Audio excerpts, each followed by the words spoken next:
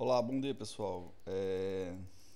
Como a gente já tinha combinado, essa aula de hoje nós vamos tratar do capítulo 6, que é a parte da camada de rede, ok? Então vamos lá.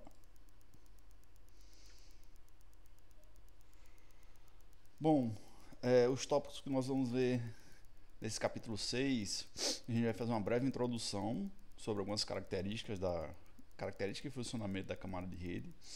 Nós vamos falar sobre alguns protocolos, né, que funcionam diretamente na camada de rede. A gente vai falar sobre o processo de roteamento, né, que faz parte da camada de rede.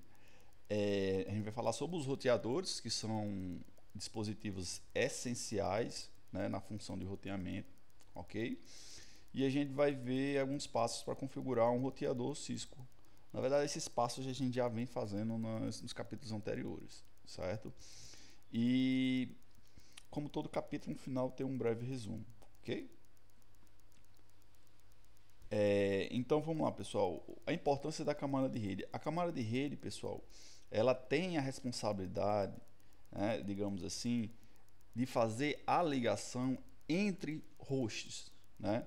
Ou seja, entre dispositivos, né? A camada de rede ela trabalha a nível de endereçamento, né? Ela é responsável pelo endereçamento, certo? Então, como é que eu consigo fazer uma rede com diversos computadores? Como é que eu consigo estabelecer uma comunicação entre essas máquinas, ok? Então, a camada de rede ela é responsável por pegar os dados provenientes das camadas superiores a ela, certo? No caso, a gente sabe que os dados são criados na camada de aplicação, apresentação e sessão, que são as camadas que o usuário tem acesso direto, né? Ou seja, o aplicativo que ele está usando, que faz uso dessas camadas. Quando chega na camada de transporte, né? A gente já falou sobre a camada de transporte também. A camada de transporte ela é responsável por estabelecer a comunicação entre processos, né? Só que para que processos possam ser, digamos, ser encontrados, né? Ou seja, um processo numa máquina A e um processo numa máquina B, no momento em que essa informação é solicitada, no momento que uma máquina requisita que um processo comunique com outro, é necessário que primeiro se encontre a máquina onde se encontra esse processo, certo? Então daí que vem a necessidade da camada de rede. Então ela é responsável por pegar esses dados, né, que vêm das camadas superiores, fazer o encapsulamento dessas informações no seu próprio pacote. Lembrando que na camada 7, 6 e 5, a PDU ela se denomina dados, né? Quando ela chega na camada 4, que aqui é representada pela camada de transporte, ela é transformada em um segmento, que é encapsulado em um pacote, que é a PDU da camada de rede, que vai ser transformado em um quadro na camada de enlace, né? Vai receber o seu cabeçalho da camada de enlace, que vai ser codificado para ser enviado na camada física independente do meio físico, certo? Então, esse pacote ele pode seguir por caminhos diferentes, né? A gente já viu isso, a comutação de pacotes, ela tem essa característica, certo? Diferente da comutação por circuitos. Depois, esse pacote chega na camada física do destinatário, tá? Os quadros são, no caso, esses bits, quando eles chegam, eles são transformados novamente em um quadro na camada de enlace do dispositivo, no caso do destinatário, que vai ser desencapsulado na camada de rede destinatário para saber qual é a máquina, né? Saber o endereço IP que ele está querendo se comunicar. Depois ele vai ser desencapsulado na camada de transporte destinatário. Depois vai ser apresentado os dados para aplicação do usuário, certo? Então, quais são as principais funcionalidades da camada de rede? Seria endereçar os dispositivos de origem e os dispositivos finais, certo? Fazer o encapsulamento e o desencapsulamento, tá? O processo de roteamento, tá? Que aí quando a gente tem redes diferentes, tá? A camada de rede é responsável por estabelecer essa comunicação. E o desencapsulamento, né? Como já ouvi falar, tá? Então essas são as principais funções da camada de rede, ok? Bom, os protocolos que funcionam na camada de rede, os principais, existem outros, né? Mas os principais que nós temos hoje, que principalmente são responsáveis pela parte de endereçamento, é o IPv4 e a sua versão, o IPv6, ok? A gente vai entrar em mais detalhes no IPv4 e IPv6 um pouquinho lá na frente. Eu vou apresentar como é o cabeçalho deles, vou explicar alguns campos, certo? Bom, algumas características do pacote IP. Bom, pessoal, como eu havia falado, esses pacotes eles vão ser encapsulados em uma camada, em outra camada, né? Cada camada ela encapsula na sua camada superior para poder se transmitir. Então, no momento em que a PDU da camada de transporte chega, certo? Ou seja, que ela é um segmento, é uma PDU do tipo, é um segmento, na verdade, né? Ela vai ser encapsulado em um pacote IP, certo? Ok? Ou seja, os dados que vêm da camada de transporte, como vocês estão vendo aí, o cabeçalho da camada de transporte e os seus dados que ele já está trazendo da camada superiores, eles vão ser encapsulados na PDU da camada de rede, tá? Onde ele vai receber o cabeçalho da camada, no caso o cabeçalho do protocolo, no caso se estiver utilizando, vai estar utilizando IPv4, vai ser um protocolo da camada, um protocolo um cabeçalho do IPv4 ou vai ser um cabeçalho do IPv6, ok? Esse processo aí vocês já estão até mais batidos já de tanto eu falar sobre isso. Bom, algumas características do IP, né? No caso do IP, pessoal, ele é um protocolo do tipo sem conexão. Ele não estabelece conexão entre os dois, entre o emissor e o destinatário, certo? Ele não tem nenhuma garantia, certo? Ele trabalha no sentido que ele vai se esforçar ao máximo para entregar esse pacote no destinatário, mas não há garantias, digamos assim, ele de forma do jeito que ele foi estruturado, certo? A gente vai ver que existem alguns campos no cabeçalho IP que permitem que você faça algum tipo de tratamento para que esse pacote tenha uma prioridade e tal, certo? Mas a princípio ele não tem nenhuma garantia, ok? E ele é independente de mídia, certo? Independe da mídia que você está utilizando, seja uma interface WAN, uma interface de uma rede LAN, uma WLAN, ou seja lá o que for, ele é independente desse tipo de interface, tá? Ok? Bom, basicamente ele está explicando aqui o que eu acabei de dizer, né? Ele é sem conexão porque ele não estabelece a conexão entre o destinatário e o emissor, certo? Então, o remetente ele não sabe se o destinatário está presente na rede, ele não sabe se a carta chegou e ele não sabe se o destinatário pode ler a carta, tá? O remetente, desculpe. E o destinatário, ele não sabe quando vai chegar aquela carta, tá? Ok? Então, o remetente não sabe se o destinatário está presente na rede. No caso, ele está mostrando aqui esses dois aqui estão... Ah, tá, desculpe. Eu acho que esses dois aqui... Ah, tudo bem. É porque essa figura aqui mostra aquela analogia daquela carta sendo enviada e aqui ele mostra fazendo fazendo analogia com a carta, só que fazendo analogia utilizando uma PDU, tá? No caso ele está mostrando aí que o cabeçalho e o segmento serão transportados, né? No caso o segmento da camada de transporte e o cabeçalho IP que está encapsulando o segmento da camada de transporte, certo? Bom, ele é do tipo melhor esforço, né? O best effort. Ele vai fazer de tudo para entregar, mas ele não vai fazer nenhum tratamento sobre isso, a não ser que você tenha a sua rede tenha implementado algum tipo de qualidade de serviço, né? Algum QoS da vida. Aí você vai poder tratar esse pacote de forma diferenciada dos demais, ok? Bom, ele é independente do meio físico, como eu falei antes, né? Então não importa se você está utilizando um cabo Ethernet de cobre, um serial de cobre, uma fibra óptica, aí depois você tem de novo um Ethernet utilizando, né, fio cobre, depois se você tem no final do destinatário, por exemplo, na conexão do destinatário final é uma rede sem fio, isso independe desse tipo de mídia, certo? Ok? O pacote IPv4. Bom, pessoal, o pacote IPv4, aqui que nós já apresentamos o cabeçalho, tá? Ele é um cabeçalho... ele varia entre 20 e 60 bytes, certo? Em média, ele tem em torno de 20 bytes, mas ele é variável, certo? Primeiro campo do cabeçalho IPv4, ele tem esse campo versão, exatamente para dizer que versão é essa, porque ele também poderia ser um cabeçalho IPv6. Então, a primeira informação do cabeçalho quando chega no destinatário é ele ler a versão, para saber como ele vai tratar esse cabeçalho, né? Se for em PVC, a gente vai ver que o formato é diferente, então ele vai tratar de outra forma, ok?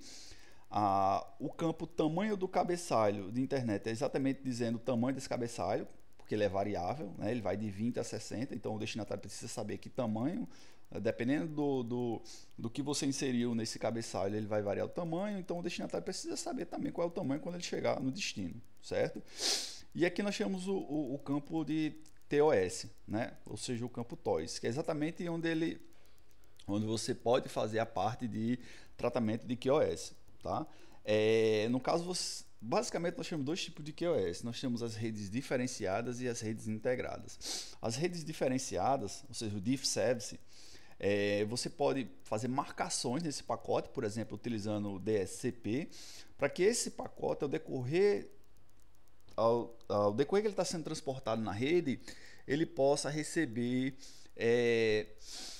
informações adicionais que vão fazer com que ele tenha uma prioridade diferente. Vou fazer uma analogia, por exemplo, seria no sentido que você vai enviar uma carta, por exemplo, de São Paulo para Mossoró, um exemplo. Você vai enviar essa carta e essa carta você resolveu o PAC. Você resolveu me mandar para o PAC ao invés de SEDEX. Melhor, você resolveu mandar para o SEDEX ao invés de PAC. A gente sabe que o SEDEX é um serviço mais caro, então a carta vai ser entregue mais rápida. Mas como é que no caminho que essa carta for seguindo, como é que os outros funcionários do correio vão saber que essa carta tem prioridade em cima de o SEDEX tem prioridade em cima de um PAC? Bom, todas as correspondências elas vão ser marcadas, né? E quando a encomenda é do tipo SEDEX, né, ela vai ser prioritariamente, né, enviada mais rápido do que uma carta convencional. Isso faz com que a entrega seja mais rápida. Então, nas redes de computadores, quando a gente trabalha com serviço diferenciado, acontece a mesma coisa. Esse pacote aqui ele vai ser marcado, certo? Ele vai receber uma numeração que no decorrer da rede, no momento que ele for sendo enviado, ele vai receber uma prioridade maior em detrimento aos outros pacotes. Certo? Isso é serviço diferenciado. O serviço integrado, ele é um serviço que ele vai fazer durante toda a rede. É como se você tivesse um caminho dedicado somente para aquele pacote, certo? Só que o serviço diferenciado ele é muito custoso para você implementar isso na prática, porque você vai ter que fazer isso, assim como o serviço diferenciado, você também, toda a rede tem que estar trabalhando com QoS, certo? Tem que entender o que você está, qual tipo de QoS você está fazendo, mas o serviço diferenciado ele cria uma reserva, certo? O serviço integrado ele cria uma reserva entre o destinatário e o emissor que você vai ter como se fosse um caminho virtual para comunicar entre os dois. Só que isso causa alguns problemas, a rede pode ficar ociosa porque esse caminho vai ser um caminho dedicado e assim por diante, certo? Então vale você pesar no momento que você vai implementar uma rede, que tipo de QoS você vai utilizar, se é de serviços diferenciados ou de serviços integrados. O mais utilizado hoje é de serviços diferenciados, certo? Nós temos o campo tamanho total, que é exatamente a composição do cabeçalho mais a carga de dados que ele está transportando das camadas superiores. No caso, ele pegou o segmento da camada de transporte, né, e encapsulou no seu pacote. Então, esse tamanho total é exatamente a composição do cabeçalho IP, né, mais essa carga de dados que ele está pegando nas camadas superiores. Então, vai dar o tamanho total do pacote, certo? Esses três campos aqui de baixo, identificação, flag, deslocamento, ele é feito para quê? A gente viu que na camada de enlace o pacote ele tem que ser fragmentado, né? A gente viu que esse pacote ele tem um limite para poder ser transportado na rede. Então, se a gente estiver utilizando, por exemplo, uma interface física do tipo Ethernet, a gente sabe que esse pacote ele tem que ter no máximo 1518 bytes, certo? Isso juntando o cabeçalho Ethernet mais o cabeçalho IP. Então, essa identificação flag deslocamento ele é utilizado para que você possa fazer a segmentação desse pacote, certo? Ou seja, você possa dividi-lo no tamanho que é necessário, que a conexão física permite, né? O máximo que ele permite. E esses campos eles vão servir exatamente para que o destinatário possa, por exemplo, a identificação. Vamos supor que você está enviando um quadro de 10 megabytes. Né? Você está enviando esse pacote, ele foi dividido em 6, um exemplo. Né? Cada campo desse ele vai ter uma identificação para que o destinatário saiba que esse pacote faz parte do outro, faz parte do outro, faz parte do outro. A flag é exatamente para dizer para o destinatário que, por exemplo, se são 6 pacotes, por exemplo, se você está enviando vários segmentos, né, que é relativo ao mesmo pacote, por exemplo, 6 segmentos, cada um tem a identificação 7777, 7777, todos têm esse número de identificação. Quando você enviar esse pacote para o destinatário, essa flag ela vai ser apontada como 0 ou 1. Né? Se ela tem 1, quer dizer que existe mais dados, ou seja, esse segmento ainda ele pertence ainda, digamos, ele tem mais segmentos ainda para chegar. Né? Ele foi dividido em partes. Então, por exemplo, o destinatário recebeu o pacote com identificação 777 e a flag setada como 1. Então, o destinatário sabe que ainda falta vir outra parte desse segmento. Né? E o outro segmento vai chegar com a identificação 7777 com 1. Então, o destinatário sabe que ainda falta outra parte. No momento que essa flag for setada como 0, o destinatário sabe que aquele pacote já, aquele segmento era o último que faltava chegar. Tá? E o deslocamento é para dizer o tamanho. Certo? No caso, por exemplo, o deslocamento ele vai de 0 a 185, que vai dar 1480 bytes, se não me engano. O próximo segmento vai dar até 360, se não me engano, bytes, ou seja, é o tamanho do segmento que foi particionado, certo? A vida útil do TTL é utilizada exatamente para o pacote não ficar em loop na rede, tá? Cada sistema operacional implementa de um tamanho diferente. Se não me engano, o Linux é 128, a Microsoft coloca 255, então quer dizer que a cada salto que esse pacote vai passando, né, ele vai decrementando o contador, certo? Quando ele chegar a 0, quem receber o pacote com a TTL do tipo 0, ele descarta porque aquele pacote já circulou tanto da rede que ele não encontrou o seu destino, certo? Então, para esse pacote não ficar em loop, o protocolo por quê? Veja bem, a gente viu que o pacote IP ele está encapsulando as informações da camada de transporte, não é assim? Só que a camada de transporte, por exemplo, eu posso estar utilizando TCP ou UDP. Esse campo protocolo é exatamente para a gente colocar, para o sistema inserir que protocolo da camada superior está sendo transportado, se é TCP ou UDP, por exemplo. Né? Soma de verificação, a gente já sabe o que é, né? Que é para fazer exatamente a checagem de erro do pacote, certo? E aí nós temos o IP de origem e o IP de destino. Né? Como é IPv4, esse campo é de no máximo 32 bits. Ok? Beleza? Então, basicamente, o cabeçalho IP ele é dividido dessa forma. E aí nós temos o cabeçalho IPv6, certo? Mas antes do IPv6, vamos falar agora sobre algumas limitações do IPv4. Bom, o IPv4, como a gente já vem até discutindo, o IPv4 ele foi criado no tempo da ARPANET ainda, ou seja, no tempo da origem do protocolo TCP/IP. Né? Na verdade, a ARPANET foi a rede que começou a implementar ele de forma massiva, né? Mas quando foi criado o IP, ele não... Os desenvolvedores nunca imaginaram que ele ia tomar essas proporções que ele tomou hoje, né? Então, ele tem o seu limite lá de 4 bilhões, 4,3 bilhões de endereços, né? Só que a gente sabe que essa quantidade de endereços ela é bastante limitada em dias atuais, né? E na verdade já é bem limitada já há alguns anos. Então, cada vez mais esse número vem ficando escassos, que hoje, por exemplo, já acabou já a ARIN, a LACNIC, a AFRINIC, os órgãos que são responsáveis pela distribuição, ninguém tem mais endereço IPv4 para distribuir, acabou. Certo? Então, algumas limitações de IPv4, a redução dos números de endereços IP disponíveis, né? Ele só tem no máximo 4,3 bilhões, que já acabou. A expansão da tabela de roteamento também está crescendo muito, certo? Hoje a full table num roteador usando BGP hoje chega em torno de 300 mil rotas. Então, se você utiliza BGP e você for baixar a full table, você vai precisar de um roteador que tenha um bom processamento, porque é muita rota hoje na rede, certo? E falta de conectividade ponto a ponto, porque muitos usuários passaram a utilizar NAT como forma de redução do número de endereços IPs, né? E isso acabou quebrando o modelo fim a fim da internet, ok? Bom, o IPv6 ele já tem uma quantidade bem maior de endereços, a gente pode vir aqui de 4 bilhões aqui possíveis, né? No caso ele está arredondando aqui para 4 bilhões, versus o endereço IPv6 nós temos aí 341 decilhões de endereços, né? Então, isso é um número bastante expressivo. Só para vocês terem ideia, uma sub-rede hoje IPv6 vai ter mais endereços IPs do que toda a rede IPv4.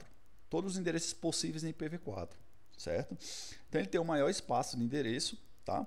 Melhor processamento no pacote, a gente vai ver agora algumas características do cabeçalho IPv6, a gente vai ver por que ele tem esse processamento melhor dos pacotes e elimina a necessidade do NAT, porque como você tem endereços IPs disponíveis de forma bem abundante, você não precisa mais fazer NAT, certo? Ok? O NAT não é sinônimo de segurança, nunca foi e nunca vai ser, certo? Bom, o cabeçalho IPv4, a gente viu que a gente tem a versão, tá? Tem aqui o IHL, que é o tamanho do cabeçalho, tipo de serviço, tamanho total, a gente já viu essas opções, né? Só que o cabeçalho IPv6, pessoal, ele foi simplificado, né? Ele tem bem menos campos do que o IPv4, certo? Ok? Bom, primeiro campo do cabeçalho IPv6, o campo versão, né? Ele tem que dizer lá se ele é um IPv4 ou IPv6, né? Então esse campo ele vai ser setado em hexadecimal, certo? A gente viu lá no capítulo 5, né? Como é que a gente faz aquela conversãozinha de decimal para binário, para hexadecimal e tal. Então esse campo aqui, por exemplo, se ele for um campo versão IPv4, né? Ele vai vir setado como 0100, que é 4 em hexadecimal. Se esse campo versão foi IPv6, ele vai vir setado como 0110. Então o destinatário sabe se é um campo IPv4 ou IPv6 que ele vai ver esse número em hexadecimal, certo? A classe de tráfego continua aqui, né? Esse campo aqui no IPv6 equivale ao campo TOS no cabeçalho IPv4, tá? Ele tem esse campo rótulo de fluxo, certo? Tem o campo tamanho da carga que ele está transportando, certo? Uma característica interessante é que, por exemplo, o IHL não é mais necessário no IPv6. Por quê? Como esse cabeçalho ele não é variável, ele é fixo, ele é 40 bytes, certo? Então ele não tem variação, esse campo se tornou desnecessário, certo? Então por isso que ele saiu. Esses campos que estão marcando como roxo aqui, né? Acho que isso é, sei lá, roxo, lilás, sei lá. Eles saíram do IPv6, eles saíram no IPv6, né? O IHL, identificação flag, por quê? Identificação flag de deslocamento saiu aqui do IPv6 porque o IPv6 ele não aceita mais que os equipamentos intermediários façam a fragmentação do pacote. Então isso quer dizer o seguinte, o destino, o emissor daquele pacote, ele já tem que enviar o pacote segmentado, ele já tem que enviar o pacote todo fragmentado. Então não há possibilidade, por exemplo, desse pacote chegar no destino, chegar num roteador intermediário e esse roteador quebrar esse pacote em partes menores para poder transportar pelo seu meio. Isso não é permitido, né, no IPv6.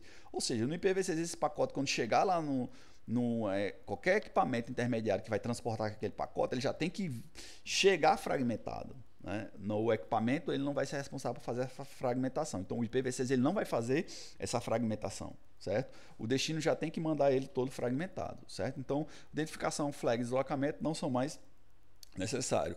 Assim como esse soma de verificação do cabeçalho, ele deixou de existir. Por quê? Havia uma redundância, né? Porque a camada de transporte ela também faz o seu CRC, certo? Então como esse pacote ele já vem com a checagem e a camada de enlace também faz, e a camada de rede também fazia, então o pessoal pensou, é uma redundância muito grande, todo mundo faz checagem de erro aqui, né? Para agilizar o transporte, então vamos deixar de fazer essa checagem de erro, porque subtende que as outras camadas, tanto as camadas adjacentes como subjacentes, já fazem isso. Então não precisa mais ter esse campo, certo? Essas opções aqui, preenchimento, não são necessárias mais, porque a função delas agora são feitas através do próximo cabeçalho. Veja bem, nós tínhamos também esse campo aqui protocolo, certo? Esse campo protocolo eu dizia se eu estou utilizando, por exemplo, TCP ou DP da camada de transporte. A maior implementação, uma das mudanças mais drásticas que eu vi aqui, das drásticas não, digamos, mais interessantes que eu vi aqui no cabeçalho PV6 foi exatamente essa função do próximo cabeçalho. É como se você pudesse ter cabeçalhos encadeados um no outro. Então, o cabeçalho PV6, para que ele não se tornasse muito extenso, como o IPv4 era, eles tiveram a ideia de que, se eu precisar carregar alguma informação adicional, por exemplo, o IP está transportando alguma outra informação, como ICMP versão 6, né, como a função de hope by hope, ou várias outras funções, ele carrega isso como se fosse um cabeçalho extra, certo? Então, por isso que ele tem esse campo aqui próximo cabeçalho. Então, se você está transportando qualquer informação diferente do que o próprio cabeçalho PV6 se propõe, ele vai carregar isso como se fosse um próximo cabeçalho. Então, é como se fosse um cabeçalho encadeado dentro do outro cabeçalho, certo? Então, isso faz com que ele se torne um pouco mais simplificado, ok? O endereço de origem e o endereço de destino, pessoal, só que agora, ao invés de 32 bits, ele passou para 128 bits, certo? Esse campo aqui, rótulo de fluxo, na verdade, ele é um novo campo no cabeçalho PV6. Ele é o único campo que ele é totalmente novo, certo? Ok? Bom, algumas vantagens do IPv6 são o formato do cabeçalho simplificado, certo? Uma carga maior para aumentar a produtividade e eficiência de transporte. Ele permite que você transporte mais dados, ok? Ele tem uma arquitetura de rede hierárquica para a eficiência do roteamento. Configuração automática de endereço, a gente vai ver que ele tem a função de Slack, né? Que ele permite com que você que você crie IPs IPv6 de forma dinâmica, que ele vai utilizar o MAC da máquina para poder criar esse. A gente vai ver um pouco isso mais na frente. E elimina a questão do NAT, né? Como eu já falei para vocês, ok? Bom, aqui ele traz basicamente explicando o que eu tinha falado, né? Então, os campos aqui eu já expliquei para que cada um serve, ok? E a função de roteamento. Pessoal, o que é rotear um pacote, né? Rotear um pacote, pessoal, é você enviar um pacote de uma rede diferente da que você está, certo? A gente já vem conversando sobre isso, que a própria internet, por exemplo, ela é uma conexão de várias redes diferentes, né? O pacote, no momento que ele sai da sua máquina, por exemplo, ele tem que chegar em um servidor que está lá em São Paulo, ele vai passar por várias redes diferentes. Ele vai sair da sua casa, vai entrar na rede do provedor, a rede do provedor vai entrar na rede da concessionária que ele aluga aquele link, a rede da concessionária vai enviar esse pacote para a rede que é detentora daquele servidor, e então a conexão ela acontece em redes totalmente diferentes, né? Então isso faz com que seja necessário você rotear esse pacote, ou seja, você fazer com que esse pacote possa ser interligado com redes diferentes. Essa é a função do roteamento. Nós temos 3 tipos de destinos, né? No caso, o pacote ele pode ter o destino si próprio, tá? O pacote pode ser enviado para você mesmo.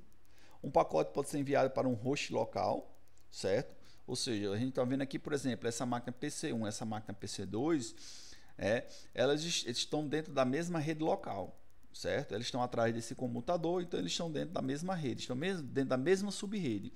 Então vamos supor que o endereço dessa máquina PC1 é 192.168.1.10, a máquina PC2 é 192.168.1.15. Então eles estão dentro da mesma rede, então os hosts são locais, certo? E essa conexão a gente vai ver que ela é do tipo direta. Eu também posso ter um host remoto, que aí é quando eu preciso fazer o roteamento. No momento que essa máquina aqui, PC1, precisa comunicar com um host remoto, é necessário que esse pacote, por exemplo, como ele vai passar por redes diferentes, ele vai sair da rede local, né, onde essas máquinas estão inseridas, e vão ser, né, roteadas para uma rede diferente. Ok? Então a função de roteamento só entra nesse momento que eu falo com hosts em redes diferentes. Ok? Mas eu posso ter ela de com 3 tipos de destino, para você mesmo, né, para si mesmo, para um host local e para um host remoto, ok? E aí, para que serve o getter, né? O getter é exatamente o elemento da rede que vai ser responsável por pegar esse pacote, né, que tenha como destino uma rede diferente da sua. Então, por exemplo, na visão aqui de R1, no momento em que a máquina PC1 precisa se comunicar com esse host remoto, representado por esse servidor aqui, e essa setazinha aqui apontando, nesse momento aqui, no momento que a máquina detectar que esse pacote, né, PC1 enviando para o host remoto não pertence a essa mesma rede dele, nem é PC1, nem é PC2, ou seja, não é nem para si mesmo, né, para o host local, ele vai ter que enviar essa informação para o roteador 1. e o roteador 1 vai servir como gateway dessa rede para poder transportar essas informações para o host remoto. Tá? Então, o gateway ele é a saída da rede, digamos assim, quando eu tenho redes diferentes. Ele é a saída, ok? Então, ele traz aqui basicamente aquela explicação que eu acabei de dizer. Né? No caso, eu tenho aqui, por exemplo, uma rota para a rede local. No caso, eu tenho essas máquinas aqui, 192.168.10.0/24, é uma rede classe C, certo? E eu tenho umas máquinas aqui com conexão direta, ou seja, PC1 e PC2 estão conectados diretamente na mesma rede, ok? No momento que esse pacote precisa ser enviado para uma rede remota, ele tem que passar para o R1, que vai servir como gateway da rede, que tem que estar configurado previamente, certo? Tanto no PC1 como no PC2, ok? Para isso é que a gente tem naquelas máquinas aquela opçãozinha lá, endereço IP, máscara de subrede, gateway padrão, certo? Então esse endereço de gateway é exatamente o endereço do dispositivo responsável por encaminhar esses pacotes para redes diferentes, ok? Como é que eu faço para ver uma tabela de roteamento num computador com Windows? Né? Você pode utilizar esse comando aqui, esse netstat-r, tá? Que ele vai mostrar a tabela de roteamento de uma máquina comum. Tá? Ele vai mostrar, inclusive, as conexões que ele tem para si mesmo. Por exemplo, aqui a gente está vendo aqui 127.00.01, essa é uma conexão para si mesmo, né? O endereço de loopback. Tá? Ele também vai ter as conexões com redes local, certo? Que pertence à sua própria rede, ok? Assim como ele vai ter também a conexão para redes remotas. No caso aqui está representado, por exemplo, aqui no campo gateway, na coluna gateway, você está vendo que, por exemplo, destino 0.0.0.0, essa primeira linha, né? A máscara 0.0.0.0. Isso representa todos os endereços. Então ele diz o seguinte, ó, qualquer endereço diferente desses meus que estão aqui abaixo, encaminhe para esse gateway aqui, 192.168.10.1, que é o IP dessa interface desse roteador R1 conectado lá em cima, nessa figura. Então, qualquer rede diferente, ou seja, veja bem, ele só entende as redes, qualquer rede diferente por trás, que está atrás dessa interface de R1, certo? Roteie para R1, né? Envie para R1, e R1 vai ser responsável por transportar essas informações para a nuvem, ok? Então, ele é o gateway padrão dessa rede aí. Bom, e como é que eu faço para ver a tabela de roteamento no roteador, né? Qual é a função do roteador? Então, pessoal, nós temos rotas para redes diretamente conectadas e remotas. Veja bem, partindo daquele mesmo princípio que a gente viu, os 3 tipos diferentes de conexões que eu posso ter em uma máquina. O roteador, ele vai ter 2 tipos de rede. Veja bem, eu posso ter as redes, né, diretamente conectadas e ter umas redes remotas. Veja bem, aqui, por exemplo, né, na figura, nós temos aqui, ó, rede diretamente conectada. Por que a rede diretamente conectada? R1 tem uma conexão com a rede 192.168.10.0, certo? É uma subrede. E eu tenho uma rede 192.168.11.0. Veja bem, são 2 subredes diferentes, né? A nível lógico, certo? Endereçamento IP são subredes diferentes. Mas a conexão física entre eles, né? Eles estão conectados fisicamente direto, né? Essa conexão aqui é utilizando o cabo TP, né? Ou seja, está utilizando uma conexão Ethernet, certo? Então, como essa conexão, como eles estão utilizando o mesmo meio, certo? Estão conectados no mesmo equipamento, e essa conexão entre ambas as subredes estão conectadas direto no roteador, não há necessidade de haver roteamento entre essas subredes, certo? Porque elas estão conectadas diretamente. Agora, no momento em que a máquina 192.168.10.0, né, qualquer máquina dentro dessa subrede quer se comunicar com qualquer máquina dessa rede remota, por exemplo, 10.1.1.0, qualquer máquina dentro dessa subrede, nesse momento, certo? Você pode notar que as desconexões são diferentes, né? Aqui em R1 eu passo de uma conexão Ethernet para uma conexão WAN. Então esse pacote vai ser roteado pelo roteador R1, que vai encaminhar esse pacote para o próximo salto, que no caso é R2, certo? R1 sabe que quem é responsável pela rede 10.1.1 é o roteador R2. Então ele caminha esse pacote para R2 e R2 tem a responsabilidade de conectar, de repassar esse pacote para suas redes diretamente conectadas. Porque a rede 10.1.1 e a rede 10.1.2 são sub-redes diferentes, mas estão conectadas diretamente no roteador R2. Ok? Espero que tenha ficado claro isso aí para vocês. Qualquer dúvida, pode me perguntar. Beleza? Como é que eu faço para ver a tabela de roteamento de um roteador? Bom, eu posso utilizar os comandos show IP route, né? Como sempre, o comando show, certo? Show IP porque para me ver a tabela de roteamento IPv4 eu dou um show IP route. Se eu quiser ver a tabela de roteamento IPv6 eu tenho que utilizar o comando show IPv6 route, que ele também vai mostrar a tabela de roteamento. E aqui a gente pode ver que eu vou ter aqui, ó, quando ele está mostrando aqui, ó, do tipo D, tá vendo essa letrinha D? Quer dizer que é uma rede diretamente conectada. Então, por exemplo, aqui eu estou no caso de um roteador R1, tá? Que é esse roteador aqui na esquerda. Então, a máquina lá, ó, 10... Não, desculpe. Aqui no caso ele está utilizando um protocolo de roteamento. No caso esse D aqui significa dual, né? É porque esse roteador R1 e R2 está utilizando o eGRP, tá? O eGRP é um protocolo, é um algoritmo de roteamento dinâmico da Cisco, certo? Então, nesse caso aqui, R1 e R2 estão utilizando o eGRP.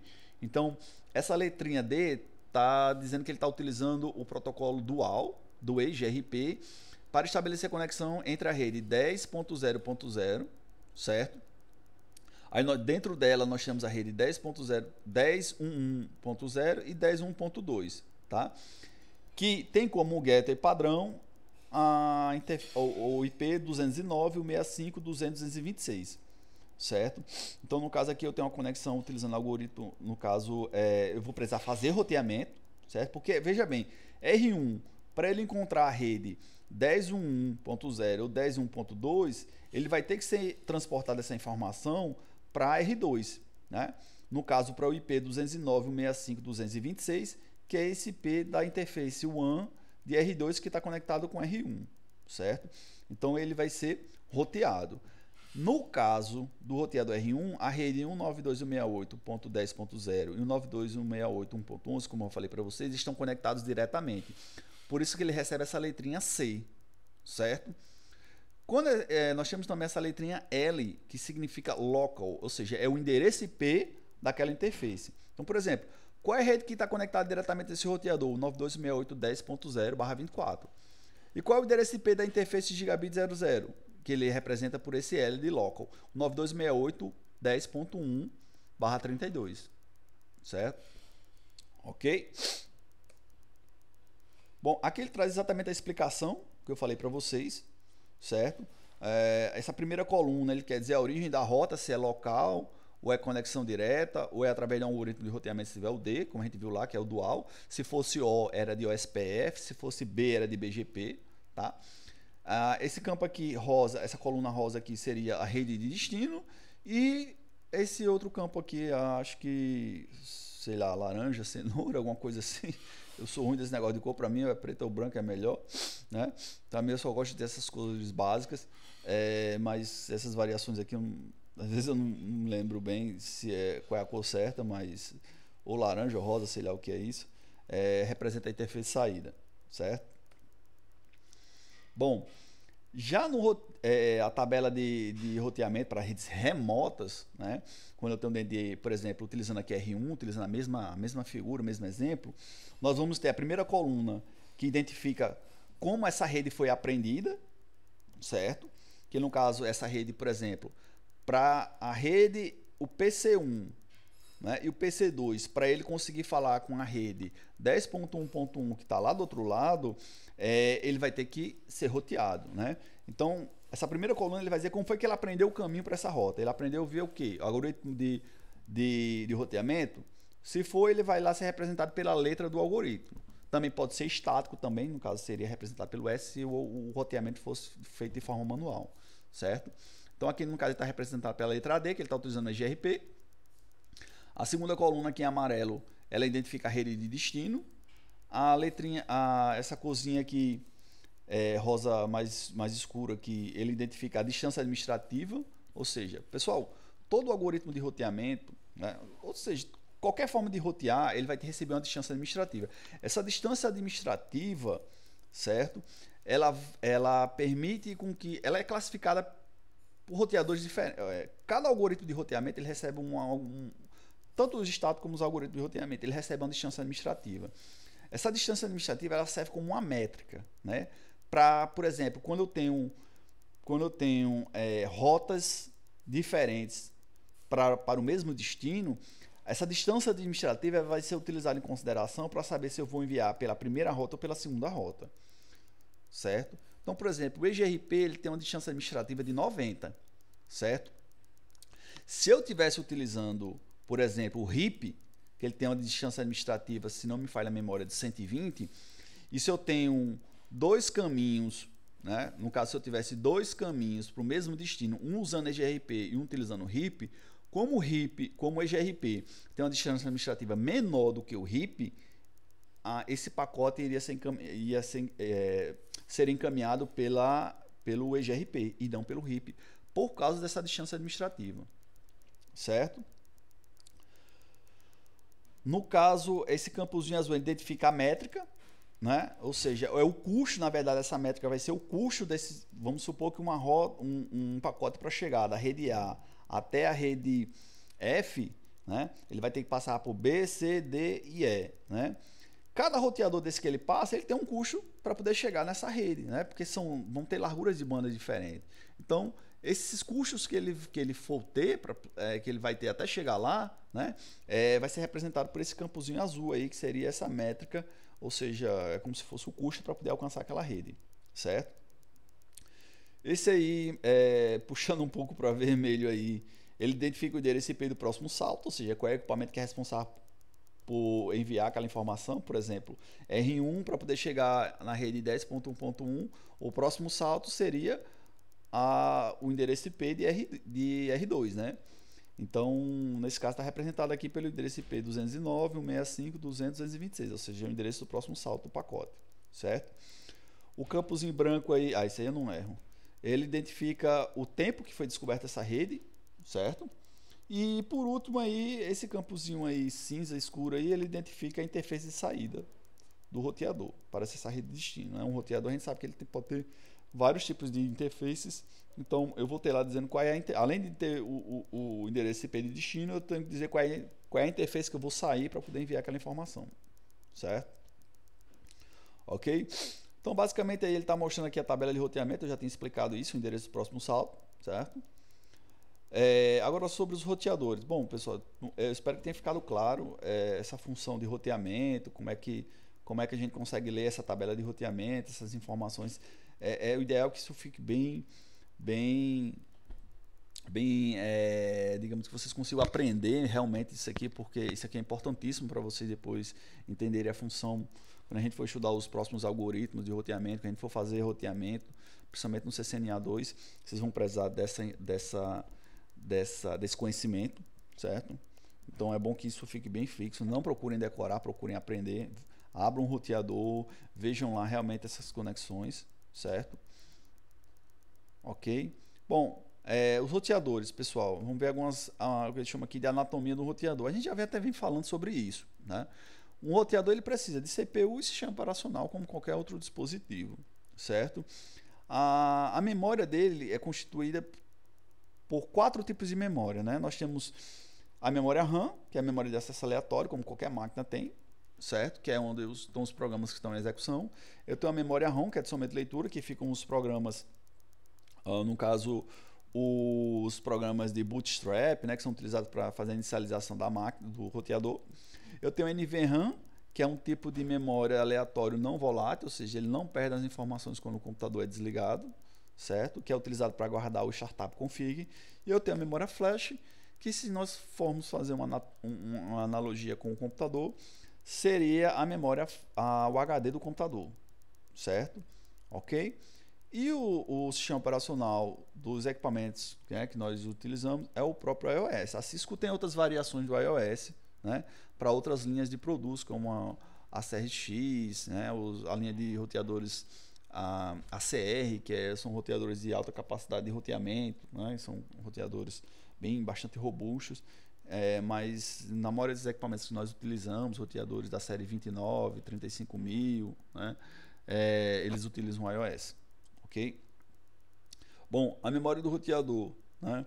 A RAM, ela tem o iOS em execução, certo? Ela armazena, por exemplo, a tabela de roteamento, a tabela ARP, os arquivos, o running config, né? Os buffers dos pacotes, tá? Enquanto a NVRAM, a gente sabe que ele guarda o arquivo de configuração de inicialização, startup config. A memória flash, ele armazena o binário do sistema operacional, no caso o arquivo, o próprio sistema operacional, né? O arquivo .bin lá, que a gente já viu também, o arquivo do iOS.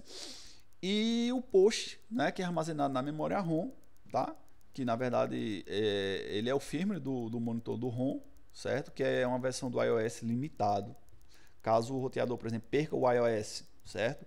Como é que você vai inicializar o roteador? Ele é inicializado pelo post, né? Você tem como carregar um iOS limitado lá para que você possa fazer as suas, você possa reparar o problema que aconteceu, ou pode restaurar o iOS caso ele tenha dado algum problema, certo?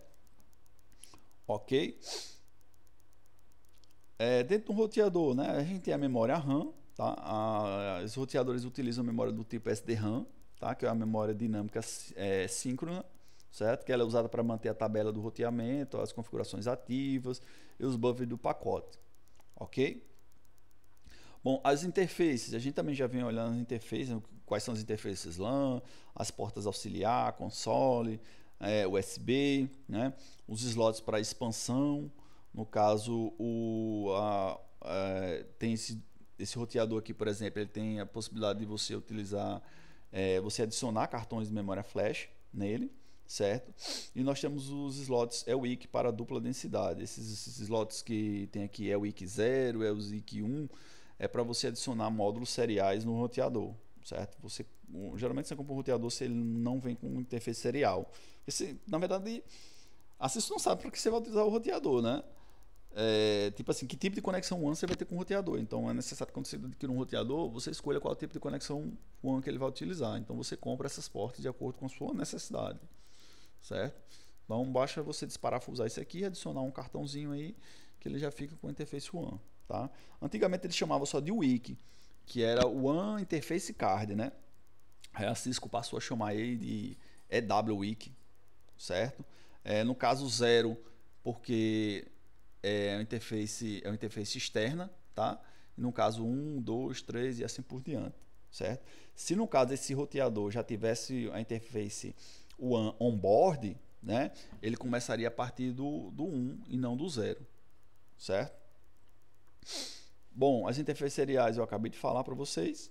E aí como é que acontece a inicialização do roteador, pessoal? Bom, o arquivo de boot do roteador, eles são copiados para a memória RAM durante o boot, né? Então, a memória flash, ele carrega a imagem do iOS, certo? Na memória RAM, tá? Ou seja, ele vai carregar o iOS, certo? Também pode carregar outros arquivos relacionados. Na verdade, desculpe, ele armazena também outros arquivos relacionados, porque como é uma memória do tipo volátil e não volátil, você pode armazenar outras informações lá, certo? Na memória flash.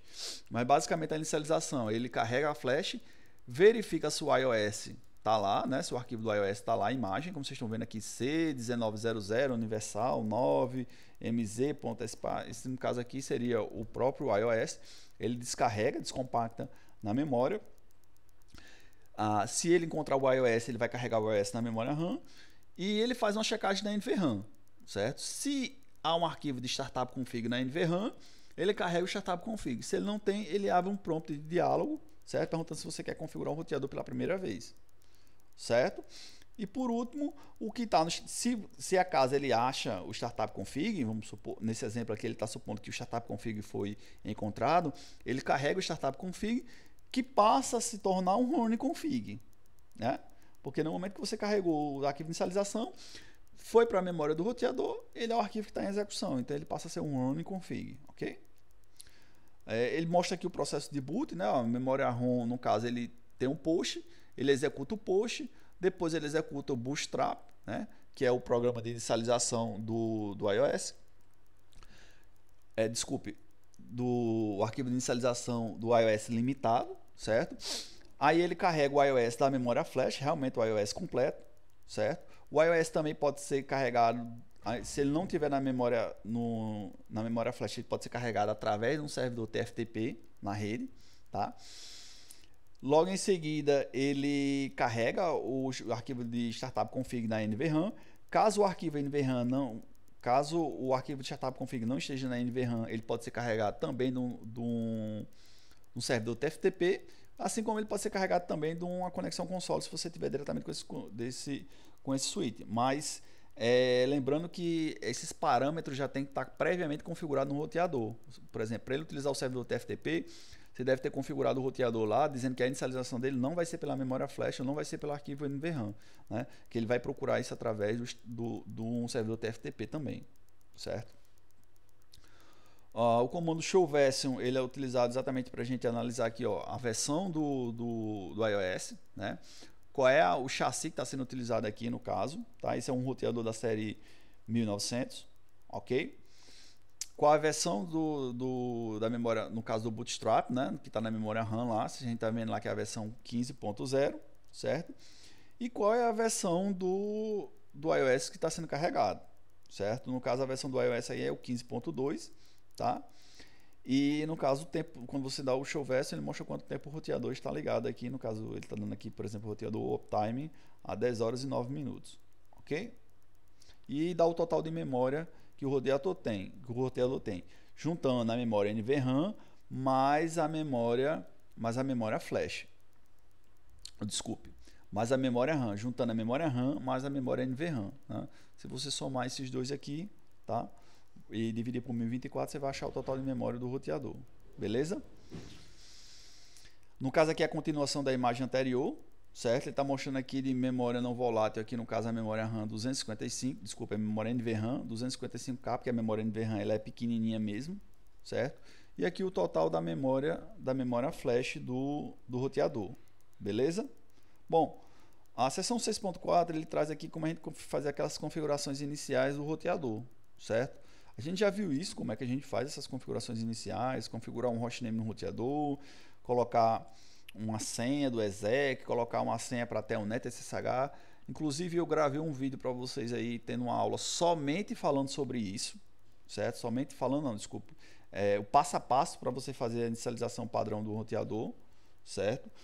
Sugiro que vocês vejam lá, quem ainda tiver dúvida, mas é necessário que você tenha esse conhecimento básico de saber fazer essas configurações iniciais, até para continuar no CCNA, certo? Fazer a limitação de acesso ao dispositivo, certo? A gente já viu isso também. Configurações das interfaces, nós também já vimos isso, como é que a gente faz, mas existem alguns comandos aí que a gente vai rever. Eu vou fazer 2 labzinhos aqui com vocês, utilizando o Packet Trace, né? Sugiro que vocês façam também esse passo a passo, para que cada vez memorize. Pessoal, só existe uma forma de memorizar isso tudo que eu estou falando para vocês. É praticando. Se não praticar, não lembra. Certo? Então nós vamos fazer algumas configurações iniciais de um roteador, certo? De um switch, de um roteador. As etapas de configurações básicas são as mesmas, certo? Nós vamos configurar a interface de um roteador, vamos configurar a interface de um switch, certo? Vamos configurar um gateway padrão num switch, num roteador também, certo? E vamos fazer todas essas configurações utilizando o lab do Packet Trace, ok? Então eu volto já com vocês aqui para mostrar o lab em execução, ok? Beleza. Valeu, pessoal. Obrigadão. Bom, pessoal, vamos continuar aqui. Sugiro que vocês façam esse lab aqui, que é o 6443, certo? Que é exatamente para conectar um roteador a uma LAN. Bom, o que ele pede aqui na parte 1 do nosso lab? Ele pede para a gente exibir as informações da interface do roteador R1, certo? Ele já está me dizendo aqui que a senha do console é Cisco e a senha do exec é class, ou seja, ele já está configurado na verdade, né? Então a senha é Cisco e a senha do enable é class, beleza? Aí ele pede lá na letra A, ó, qual o comando exibe as estatísticas do roteador. Bom, para a gente saber as estatísticas do roteador, a gente vai a um show, né? Interfaces, certo? Ele vai me mostrar as estatísticas de todas as interfaces que o roteador possui, certo? Então ele está me dando aqui, ó, gigabit 00, ela está down, certo? O protocolo dela também está down, certo? Você está desabilitado. No caso, o endereço MAC dela, tá? A MTU, que no caso é a velocidade como a interface gigabit, é uma interface que utiliza Ethernet, é 1500 bytes, certo? A largura de banda dessa interface, no caso a interface gigabits, certo? Ele me dá aqui também o capsulamento, o ARPA que ele está utilizando, o loopback não está setado, então ele me dá todas as informações aqui relativas à interface, inclusive as estatísticas, quantos pacotes ela processou, quantos pacotes causaram erro, ou seja, todas as informações referentes a estatísticas e a parte de troubleshooting, vocês podem utilizar esse comando, certo?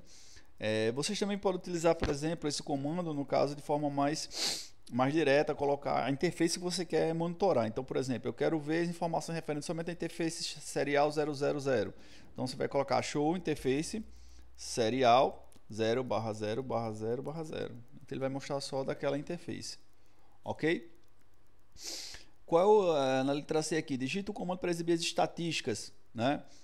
No caso aqui eu já exibi, né? Ele pergunta aqui, qual o endereço IP configurado em R1, no caso a interface serial. A interface serial aqui está configurado esse IP aqui, né? Ó, a gente consegue ver. Qual a largura de banda? Aqui está o bandwidth aqui da interface. Com a interface serial, ele é uma interface serial, ele está utilizando aqui no caso T1, né?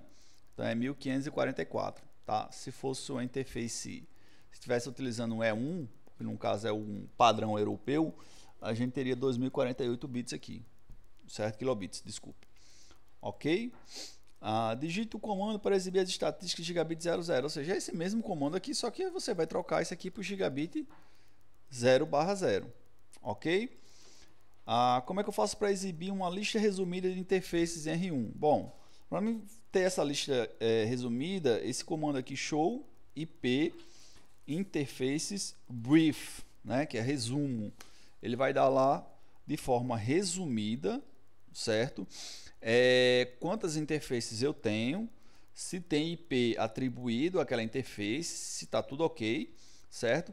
E se ela está down, se ela está up e qual protocolo ela está utilizando, né? Se o protocolo dela está up, desculpe. Ok? No caso eu tenho duas interfaces gigabit, tenho duas interfaces seriais, certo? E tenho 4 interfaces Fast Ethernet, tá? E também tem aquela interface VLAN, que é uma interface virtual, beleza? Aí ele tem algumas perguntas aqui que ele pede para você preencher, né? Vocês façam lá. Na etapa 3, como é que eu faço para exibir a tabela de roteamento? Eu vou lá, show, certo? IP route, certo? E ele mostra a tabela de roteamento. No nosso caso aqui, nós não temos nenhum gateway setado, certo? Nessa interface nós temos uma conexão direta e uma conexão local. Então esse roteador aqui, pessoal, ele tem uma conexão, no caso aqui, ele tem uma conexão local aqui, ó. Vocês podem notar que essas interfaces aqui, ó, gigabit, estão down, certo? E essa interface aqui, ó, serial dele está up. Para que essas conexões diretas sejam mostradas na tabela de roteamento, é necessário que a interface gigabit 00 e 01 estejam up, certo? Por isso que aqui quando eu dou o comando show IP route, né, ele me mostra somente a tabela referente a essa conexão aqui, ó, que eu estou passando o mouse, só a conexão serial, certo? Ela tem a rede 209.165.200/24, 0/24. Dentro dessa subrede maior, ela tem duas subredes menores, que no caso é uma conexão direta que ele tem com essa máquina aqui, com a rede com a máscara /30, e aqui ele tem o seu próprio IP, que no caso é o 225, né? Que é o 209.165.225/32, que significa o próprio IP dele e a interface dele, né? Qual o nome da interface, ok? Se eu entrar aqui na interface gigabit 0/0 e dar um no shut, certo? Veja que ele vai mudar para app.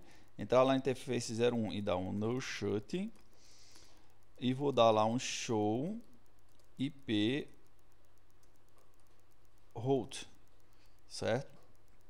Deixa ela estabilizar aqui, ó. Ela tem que estabilizar aqui com switch. Mas eu acho que ela não tem configuração. Eu acho que é uma das tarefas aqui exatamente desse lab aqui, ele pede para me configurar. Ó, desculpe, ó, tem que configurar ainda. Certo? Por isso que ele não ainda, mesmo assim, ele ainda não mostrou a tabela de roteamento, porque na verdade as interfaces não estão configuradas. Então eu vou entrar lá na interface, além de colocar lá como DAO, eu vou configurar ela.